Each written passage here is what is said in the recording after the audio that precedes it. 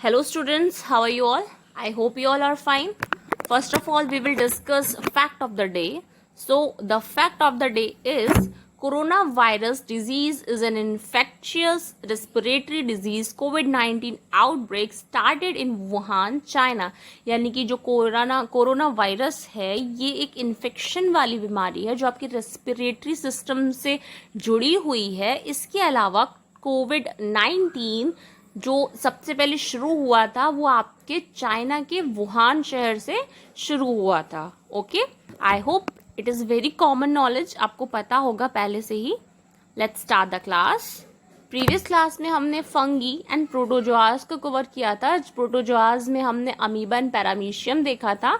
Now we will start with viruses. What is viruses? A viral particle contain a single nucleic acid core surrounded by a protein coat and sometimes enzymes that are required to initiate viral replication. Viruses can only replicate within the cell of animals, plants and bacteria, and such are referred to as obligate intracellular parasites. यानी कि जो आपके viruses होते हैं ये एक viral particle हैं जो कि सिंगल न्यूक्लिक होते हैं, यानी कि इनके अंदर या तो आरएनए होगा या फिर इनके अंदर डीएनए होगा.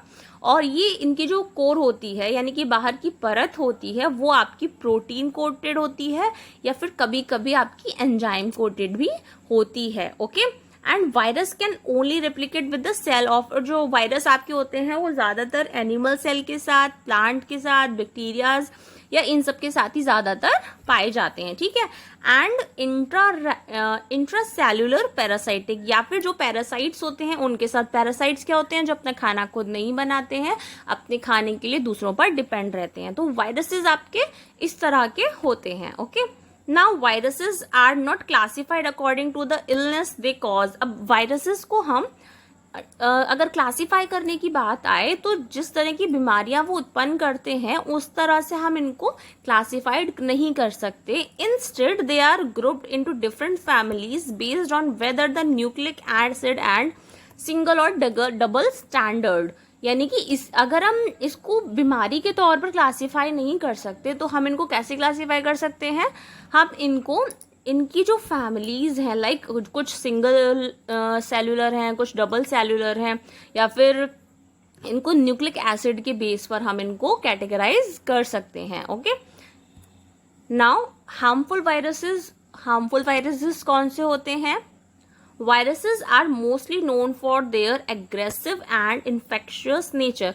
यानी कि जब भी आप वायरस या वायरल वर्ड सुनोगे तो आपको हमेशा उसके बारे में रॉन्ग ही इम्पैक्ट आएगा. कहते हैं ना कि वायरल फीवर है, वायरल इन्फेक्शन है, या फिर उसको अब जैसे सारी बात छोड़ो, आप कोविड-19 का एग्जाम्पल ले लो तो ये भी एक वायरस डिजीज ही है, वायरल डिजीज ही है. ठीक है, जो आपके रेस्पिरेटरी सिस्टम को इफेक्ट कर रहा है. ठीक है, तो वायरस हमेशा ज्यादातर हार्मफुल ही होता है. ठीक है, ये आपके नेचर को, आपकी बॉडी को बहुत ज्यादा इन्फेक्ट करता है. It's true, most viruses have a pathogenic relationship with their host, meaning they cause disease ranging from a mild cold to serious condition like severe acute respiratory syndrome SARS. अभी आप corona सुन रहे हो, इससे पहले जो सबसे ज़्यादा हार्मफुल वायरल फैला था पूरे कंट्री में या पूरे वर्ल्ड में कह लो, वो सार्स था, SARS, that is severe acute respiratory syndrome. तो वो भी आपका वायरस की वजह से ही था. तो आपके जो वायरसेस होते हैं ये आपके नॉर्मल कोल्ड से लेके एक बहुत बड़ी महामारी तक के लिए उत्तरदायी होते हैं.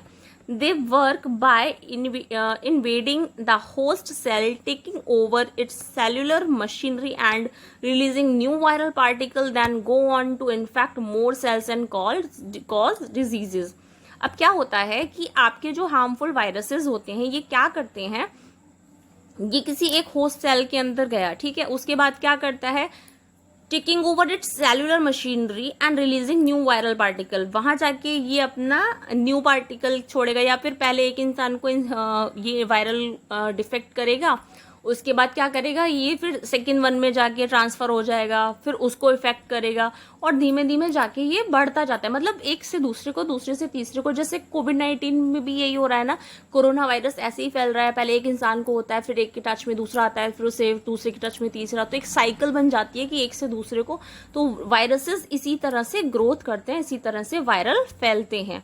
Okay, but they are not all bad, पर सभी बुरे नहीं होते हैं। Some viruses can actually kill bacteria while other can fight against more dangerous viruses।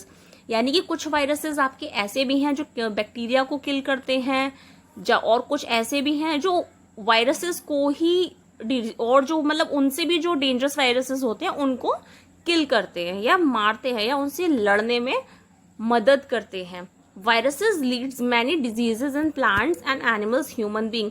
और लेकिन वायरसेस की वजह से प्लांट्स में और जानवरों में, उसके अलावा इंसानों में बहुत बीमारियां भी होती हैं। जैसे आपका पोलियो वायरस से है, chicken pox, measles, common cold, AIDS, कोविड-19 are some such viral diseases. यानी कि ये सारी आपकी वायरस से ही होती हैं। Next is in cattle the viral infection cause foot and mouth diseases. यानी कि आपके जो कैटल्स होते हैं लाइक काउ, बफेलो, ये सब, इनके अंदर भी वायरल इन्फेक्शन होता है जो पैरों से और मुंह से जुड़ा हुआ होता है। उसके अलावा आपके vegetables, cabbage, cauliflower, mustard, cotton, bean and tomato are usually infected by virus. यानी कि ये वेजिटेबल्स भी आपकी यूजुअली वायरस से इन्फेक्टेड होते हैं। अब आप कैसे बचा सकते हो? Spraying pesticide on plants is a good method for protecting them from viral.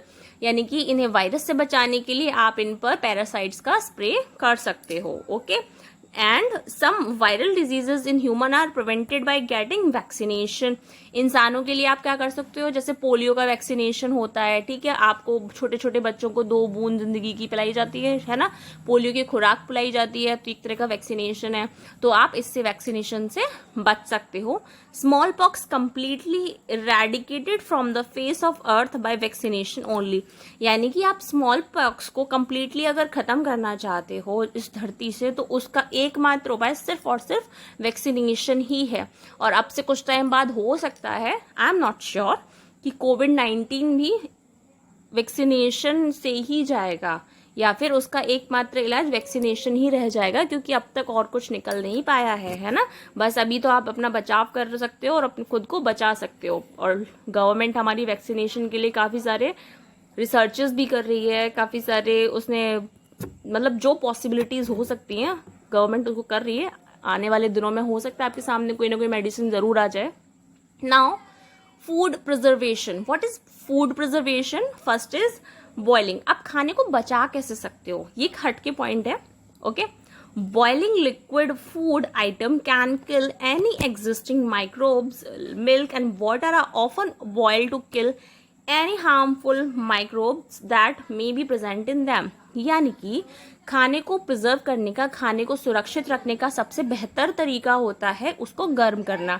हम ज़्यादातर अपने लिक्विड फूड को बॉईल करते हैं, खौलाते हैं, गर्म करते हैं, ताकि उसके जो बैक्टीरियाज हैं वो मर सकें। ज़्यादातर हम अपने दूध को और पानी को गर्म करते हैं। क्यों गर्म करते हैं? ताकि हम उसके अंदर हार्मफुल माइक्रोब्स को ख़त्म कर सकें। Okay, next is heating. Heating में क्या है? सेम गरम करना ही है, बस बॉइलिंग में को उसे खौलाना है और हीटिंग में उतना नहीं करना है, कम करना है।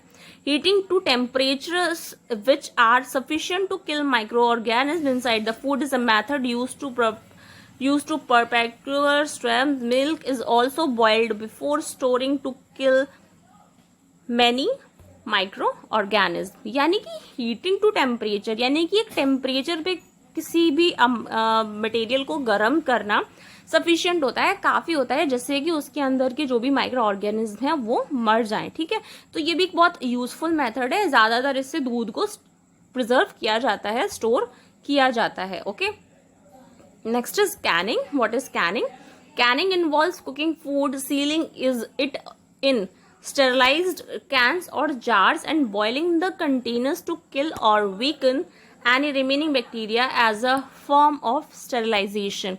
कैनिंग में क्या होता है? कैनिंग में आप खाने को जो पहले से पका हुआ फूड है, कुकिंग फूड है, उसको सील करके स्टेरलाइज कर लेते हो। लाइक आप उन्हें कैन में, कैंस वगैरह में जो होते हैं, औजार जो होते हैं, उनमें आप अच्छे से उसे प्रिजर्व कर लेते हो। उसके अलावा एंड बॉइलिंग द कंटेनर्स, उसके बाद आप कंटेनर्स को गर्म करते हो बैक्टीरियाज को मारने के लिए या उन्हें कमजोर बनाने के लिए, जो भी बैक्टीरिया स्टेरलाइजिंग की उस प्रोसेस के दौरान रह गए हैं।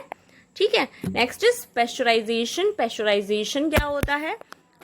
Pasteurisation is a process for preservation of liquid food. ये लिक्विड फूड के लिए होता है। Today the process is mainly applied to dairy product. आजकल के समय में ये जो प्रोसेस है ये डेयरी प्रोडक्ट्स पर अप्लाई किया जा रहा है, यानी कि आपका मिल्क वगैरह पे। In this method, milk is heated at about 70 degree centigrade for 15 to 30 seconds to kill the bacteria present in it and cooling it. यानी कि आजकल के समय में इस मेथड को आप दूध को गर्म करने के लिए यूज करते हो, जिसमें से कि आप 70 डिग्री सेंटीग्रेड पे उसे गर्म करते हो 15 से 30 सेकंड के लिए, जिससे कि उसके अंदर जो भी बैक्टीरियाज रह गए हैं वो मर जाएं। फिर आप उसे ठंडा करते हो क्विकली 10 डिग्री सेंटीग्रेड टेम्परेचर पे to prevent the remaining bacteria from growing, जिससे कि और जो बैक्टीरिया रह गए हैं वो ग्रो ना कर पाए। The milk is then stored in sterilize bottle और पाउचेज इन कोल्ड प्लेसेस। उसके बाद उस मिल्क को स्टेरिलाइज बोतल में रखा जाता है या फिर जो पाउचेज होते हैं उनको उनमें इसको रख के स्टोर करके कोल्ड प्लेसेस पे आप रखते हो। जैसे कि आपने देखा है, आप अमूल की थैलियां आती हैं, है ना, उसके अलावा जो पैकेट्स आते हैं, तो वो सब में जब मिल्क पैक होता है तो उससे पहले ही पेस्चराइजेशन की जो पूरी प्रोसेस होता है वो कंप्लीट होता है। ठीक है, next is vaccine. A vaccine is a biological preparation that provides acquire immunity to a particular infectious disease। यानी कि वैक्सीन एक ऐसा बायोलॉजिकल मेथड है या एक ऐसी प्रक्रिया तैयार की गई है जो कि आपके इम्यूनिटी सिस्टम को किसी पर्टिकुलर इन्फेक्शन से बचाने के लिए पहले से आपको तैयार किया जाता है। ठीक है, मतलब वैक्सीन में क्या होगा कि आपको वो ताकत मिल जाएगी कि आप उस बीमारी के संपर्क में आने से पहले ही तैयार हो जाएं। A vaccine typically contains an great agent that resembles a disease-causing microorganism and is often made from weakened or killed form of the microbes, is its toxins or one of its surface protein। यानी कि जो आपकी vaccine होती है उसके अंदर इस तरह के एजेंट्स पाए जाते हैं, इस तरह के कारक होते हैं, या उसके अंदर ऐसे कारक वो ऐसा कुछ इंतजाम करते हैं कि जो आपकी डिजीज है वो जिस चीज से हो रही है वो उसको चेंज कर देते हैं, या तो वो उन चीजों को मार देंगे या फिर उनको कमजोर कर देंगे। जो भी टॉक्सिन्स हैं आपके या जो भी आपके बॉडी के अंदर इन्फेक्शियस है चीज, वायरल है, उसको क्या करेंगे, या तो कमजोर कर देंगे या उसको एकदम मार देंगे। Next is antibiotics. एंटीबायोटिक्स क्या होते हैं? An antibiotics is a type of antimicrobial substance active against bacteria। यानी कि आपके जो एंटीबायोटिक्स होते हैं वो आपका इस तरह के सब्सटेंसेस हैं जो कि आपको बैक्टीरिया के अगेंस्ट काम करने में हेल्प करते हैं। It is the most important type of antibacterial agent for fighting bacteria infections and antibiotics medicines are widely used in the treatment and prevention of such infections. यानी कि ये बहुत ही ज़्यादा इम्पॉर्टेंट टाइप है एंटीबैक्टीरियल एजेंट, क्योंकि ये आपके जो भी बैक्टीरियल इन्फेक्शंस हैं उनसे लड़ने में हेल्प करता है। उसके अलावा अगर आपको मेडिसिन्स की अगर ज़्यादा जानकारी हो तो डॉक्टर के पास आप जब भी जाते हो तो आपकी वो जो भी बीमारी की दवाई दे रहा है उसके साथ वो आपको एंटीबायोटिक डेफिनेटली देगा ही देगा। ठीक है, तो एंटीबायोटिक एक ऐसी दवाई है, एक ऐसा इस टाइम पे ऐसे ट्रीटमेंट होते हैं कि बहुत ज़्यादा यूज़ किया जाता है। ठीक है, ये आपको या फिर ये कह सकते हैं कि ये प्रिवेंशन है आपके इन्फेक्शन से, आपकी बीमारी से बचने का। दे में आइदर किल और inhibit the growth of bacteria. ये क्या करते हैं कि आपको जो बीमारी हो गई है उससे लड़ने की दवाई तो आपको मिल ही रही है, साथ में एंटीबायोटिक आपको इसलिए मिल रही है कि आपके अंदर जो भी बैक्टीरिया या इन्फेक्शन है या तो वो मर जाए या फिर वो बैक्टीरिया आगे ग्रोथ ही ना कर पाए, उसकी ग्रोथ रुक जाए। ओके, आई होप आपको आज के टॉपिक्स समझ आए होंगे। Your chapter is over. Thank you class.